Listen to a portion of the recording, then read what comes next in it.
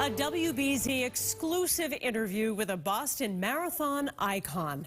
Dick Hoyt speaking for the first time since the death of his father. Dick Hoyt died on St. Patrick's Day. For decades, Team Hoyt was a marathon staple as Dick pushed his son across the finish line on Boylston Street again and again. Rick sat down with WBZ Sports Director Steve Burton, communicating through his computer to talk about his father's legacy and his own future plans. And an incredible athletic achievement. They've done it all together. Marathons, triathlons, 5Ks, and Ironmans. They even ran across America. Dick and Dick Hoyt were inseparable.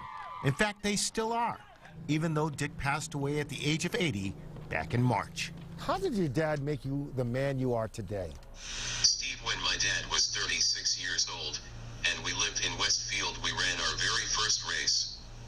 After the race, I could not wait to get to my computer so I could tell my dad how I felt. I wrote, "Dad, when we are running, my disability seems to disappear."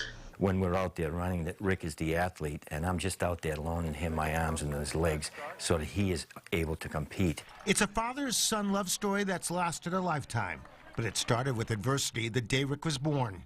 Rick's umbilical cord was wrapped around his head during delivery. That caused a lack of oxygen to Rick's brain, which caused brain damage, which is cerebral palsy.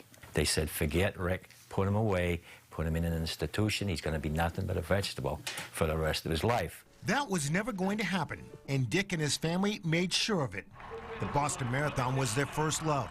They did it 32 times together, two hearts, racing as one. How did the Boston Marathon bring you and your dad closer together? Through running in the Boston Marathon for 32 years with my father, I learned about trust. I learned to rely on him to endure physically for hours so we could compete together. He was my motor. I was his heart. What's the most important thing your dad taught you? Never give up on your dreams. Will you race Boston this fall? Unfortunately, my recent battles with pneumonia have made it so I cannot endure longer races anymore, but I will be watching the marathon on WBZ. Steve, I have one last message to share. Come on, Massachusetts, get a shot. We can beat this.